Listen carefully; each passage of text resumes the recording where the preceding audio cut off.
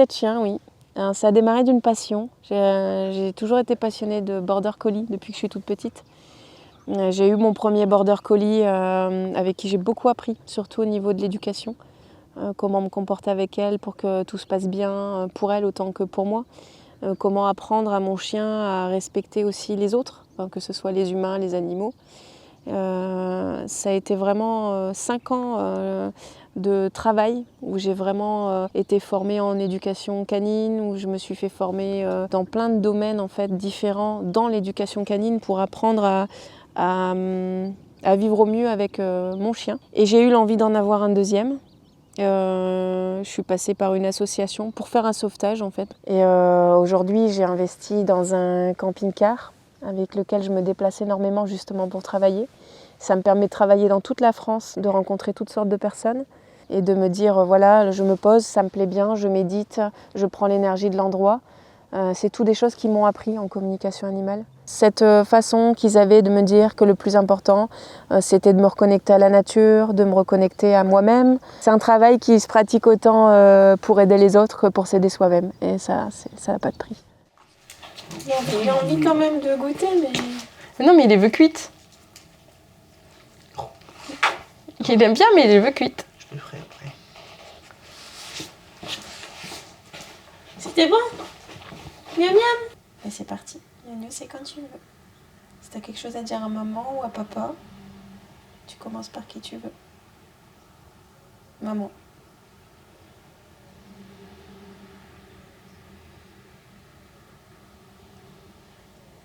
Alors là, il m'envoie une énergie, une douleur au niveau du ventre. Là, c'est vraiment, tout est centré là sur... et peur.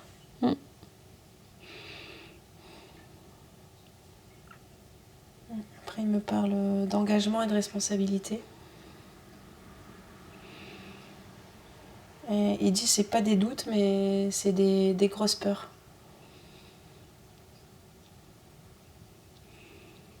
Il dit qu'il est en train de travailler dessus en ce moment. Ouais.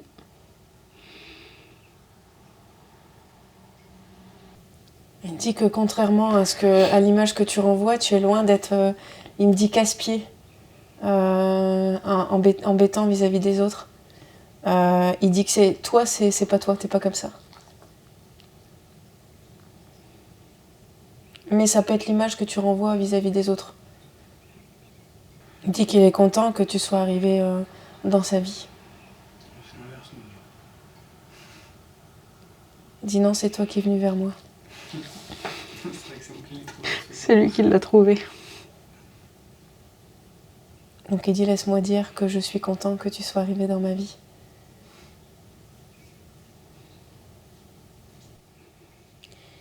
Il me montre le symbole du yin et du yang et il me dit que vos deux énergies sont opposées et que vous vous apportez vraiment beaucoup tous les deux. Et qu'au lieu d'être dans le conflit, il faut être plus en connexion. Mais c'est ça qui va vous aider à évoluer autant l'un que l'autre. Il dit là, vous n'avez pas encore vraiment trouvé, vous êtes encore en recherche l'un à l'autre de cette stabilité que vous pouviez avoir à deux. Il dit vous n'êtes vraiment pas loin. En fait, vous avez tous les deux des attentes différentes. C'est-à-dire que toi, tu vas avoir une attente émotionnelle que tu es censé t'apporter à toi-même, mais tu veux qu'il te l'apporte. Et toi, à l'inverse, c'est ce qui transmet, c'est qu'à l'inverse, toi, tu as besoin de te découvrir, en fait. Tu as besoin de t'accepter, de te découvrir, de t'aimer, et tu as besoin justement de lâcher, parce que tu peux pas forcément tout de suite apporter à la personne, puisque toi-même, tu as besoin de te reconnecter à toi-même. Donc en fait, le fait que tu sois dans l'attente de quelque chose que lui, il est en train de travailler sur lui-même, ça peut générer un blocage chez Jo. Oui. C'est exactement ça. C'est à partir du moment où vous serez vraiment connectés tous les deux que tout autour, ça va s'apaiser. Okay. Du coup, si vous avez des questions, je pense que là, c'est votre tour. Il a terminé. Qu'est-ce qu'il aimerait faire qu'on refasse ensemble? Est-ce qu'il aimerait faire de la recherche, aller courir Courir. Est-ce que le harnais qu'on a essayé la dernière fois lui faisait du mal? Oui. Il veut pas répondre. Est-ce qu'il veut courir en harnais ou en libre? En harnais. Ah, en harnais. Bah oui, mais quitte à ce que ça lui fasse mal, il ira quand même. C'est ça qui... Tu vois que je peux pas te laisser. T'es un têtu. Il dit qu'il aime bien t'emmener en fait, là, avec la vitesse. Il aime bien emmener sa maman. Il dit que toi, ça t'aide plus à lâcher prise. Oui. Il dit que t'en as besoin. C'est vrai. Il faut faire attention à toi, mon chien. En fait, c'est le corps qui le force à arrêter, c'est pas vraiment la douleur. En quelque sorte. Il m'explique que lui, il est vraiment au-dessus de ça. Même au-dessus de ses sensations. Oui, parce que même avec son hémorragie interne, il courait, il faisait sa vie, quoi.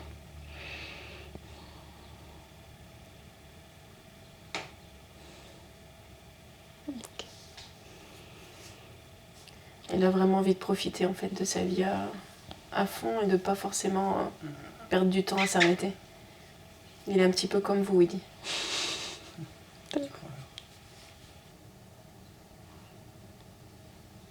Vous avez d'autres questions à lui poser? Non, moi j'ai rien d'autre qui vient. Passer aux croquettes? Non. Non, moi j'ai rien d'autre à poser. J'ai une sensation de faim quand tu as dit le mot croquette. Mais en ce moment, il a tout le temps faim. Mais il a l'estomac, on dirait qu'il a l'estomac vide en fait. Tu sais quand t'as faim et que ça fait crou. Ouais. C'est pour ça que je m'inquiète pour son estomac, parce qu'il a tout le temps faim en ce moment. Mais il a vraiment une sensation d'estomac vide tout le temps. Il a repassé à 3 repas. Il dit non. Non? Qu'est-ce qu'il lui faut alors?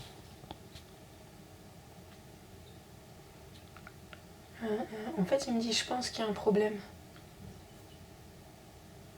Par contre, là, quand je pose, là, quand t'as dit croquette, j'ai vraiment eu l'impression que j'avais très faim. Et quand je lui demande un petit peu, pareil, sur les 2 ou 3 repas, en fait, il y a vraiment cette sensation de faim qui est insistante. Et quand j'essaie de lui demander ce que ça veut dire, peu importe le nombre de repas qu'il mange, cette sensation, elle disparaît pas. Mais ça veut pas forcément dire qu'il est pas bien d'être avec vous, quoi. Il est content quand même d'être avec vous, au contraire. Il me dit, dis-lui que je l'aime, mais vraiment, c'est beaucoup, beaucoup d'amour. Moi aussi, je t'aime, Tic. Il dit que ça a changé. C'était vraiment pas le cas. Enfin, c'était pas le cas au début. Il n'y avait pas de lien du tout. Bon, c'est pareil, mon chat. Une malhonnête. Faut vraiment que tu lâches prise sur ce qui est en train de se passer et que tu prennes conscience que ce que tu ressens, c'est pas tes émotions, c'est pas tes sensations. Si c'est différent, c'est forcément les leurs. Ils te transmettent vraiment leurs émotions à eux du moment, les émotions de leurs humains. Quand je communique avec mes chiens, par exemple, je ressens vraiment leur émotion, elle est bien à elle. Je sais que ça m'appartient pas, je sais que c'est pas la mienne. Il y a vraiment une différence entre avant de poser la question, avant de leur demander quelque chose ou avant qu'ils me parlent de quelque chose. J'ai ma propre émotion qui est complètement différente de la leur au moment où on échange. Je peux pas me tromper, je sais que c'est pas la mienne. C'est quand on les a pas qu'on les recherche. On a besoin de ces petits moments de douceur, d'amour. Et puis même quand c'est un peu plus compliqué, parce qu'ils sont comme nous, hein, ils sont pas parfaits, et ben c'est des moments qui nous apprennent aussi beaucoup sur nous, nos relations, nos façons de réagir face à des épreuves ou à des situations qui sont peut-être moins plaisantes. Donc dans tous les cas, c'est positif et ça nous fait travailler, évoluer. Après, je communique beaucoup avec eux dans le quotidien, des balades à la maison. Donc j'écoute beaucoup aussi leurs besoins. Je respecte énormément leurs besoins, évidemment. Ils respectent aussi les miens. Et c'est justement en communiquant qu'on a appris à les limites de chacun. Donc autant leurs limites, je les respecte, qu'ils respectent aussi les miennes. C'est vraiment un échange. La communication animale, ça m'a beaucoup aidé justement à évoluer avec ma meute. Et les autres, bien évidemment. Bah, c'est ton tour, mon loup. Si tu veux parler à papa, si tu veux parler à maman. Papa. On t'écoute. Il me dit que ça, il est comme une petite gêne au niveau de la truffe. Ouais, ça. Quand il respire, c'est pas complet en fait. Et à ce niveau-là, il dit que c'est un petit peu comme si on appuyait. Donc ça fait une gêne comme si on appuyait. Et il n'arrive pas à respirer, il dit à fond. Et c'est depuis toujours ou c'est accentué maintenant? Il dit que quand il était petit, il n'avait pas et un jour, ça commence à le déranger. Et il dit que là, c'est vraiment très gênant, parfois.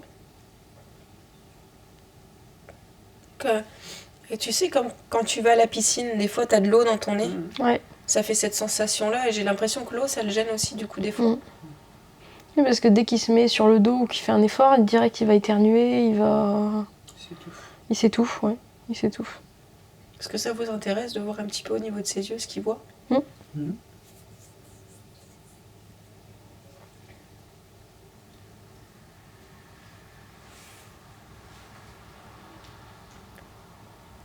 Il voit beaucoup moins bien de l'œil droit que de l'œil gauche. L'œil gauche, il floute un peu, mais je pense que c'est plus de la fatigue. Il y a la fatigue. Au niveau de l'œil droit, c'est flou tout autour en fait. Comme si, comme quand tu zoomes, tu sais où ça floute le tour.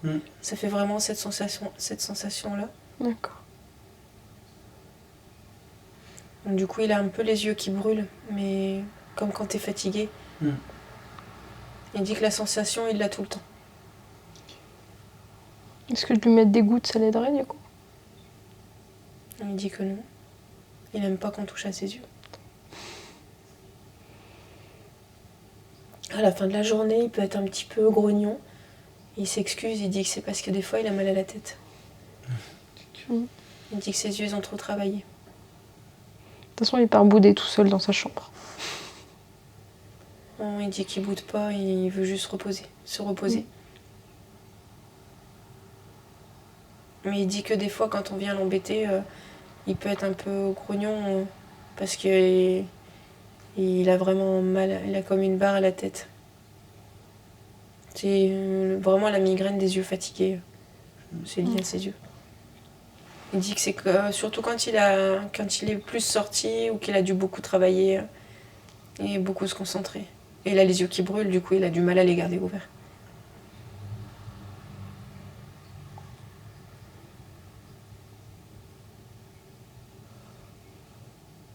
Il dit que ça gêne. Je lui ai demandé si ça le gênait au quotidien, ses yeux. Il dit que ça le gêne pas, qu'il s'est habitué, mais que par contre il se sentait beaucoup plus fatigué, juste au niveau des yeux. Il n'aime pas quand il y a du vent. Le vent, ça le gêne beaucoup. Il dit que ça lui fait un effort supplémentaire et qu'il n'aime pas quand il a des choses qui se coincent dans ses yeux. Et puis là, avec toute la poussière des travaux. Là, il dit qu'il n'a plus rien à transmettre, lui. Et il me dit qu'il est un petit peu fatigué. Ça, je vous rappelle. À quoi? Je lui ai demandé si éventuellement vous pouviez lui poser des questions ou s'il était trop fatigué. Et il m'a dit que oui, il voulait répondre à vos questions.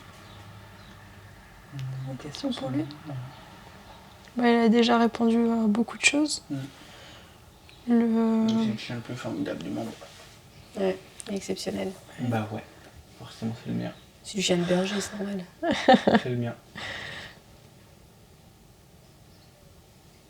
Est-ce qu'il sait pourquoi il a juste 2 secondes, il a rebondi sur c'est normal, c'est le mien. Et il a dit que c'était bien et que c'est comme ça que tu devais te voir aujourd'hui. Enfin, sans humour. Il veut enlever le côté humour et que tu prennes conscience de ce que tu viens de dire, c'est vrai. Et je te laisse poser ta question. Est-ce qu'il sait pourquoi il se gratte et comment Je l'aider? sais pas, c'est insupportable. Non, on sait, c'est parce que tu manges les œufs. Arrête d'aller manger les œufs. C'est bon, il adore. C'est Ah oui vraiment un de ses aliments préférés. Ouais, bah arrête. Même quand je vais les chercher, que je l'engueule, il essaye de me sauter dessus pour les prendre dans mes mains. C'est un bonbon. Il en raffole. Oui, bah DJ Papa il a dû arrêter les bonbons là, donc toi ça va être pareil, hein. Non, il veut pas. C'est vraiment lui enlever la chose qu'il aime le plus au monde. Ah oui, mais C'est moi que t'aimes le plus au monde. C'est une question de santé là, mon loup. Ça. Il me montre une image de vélo.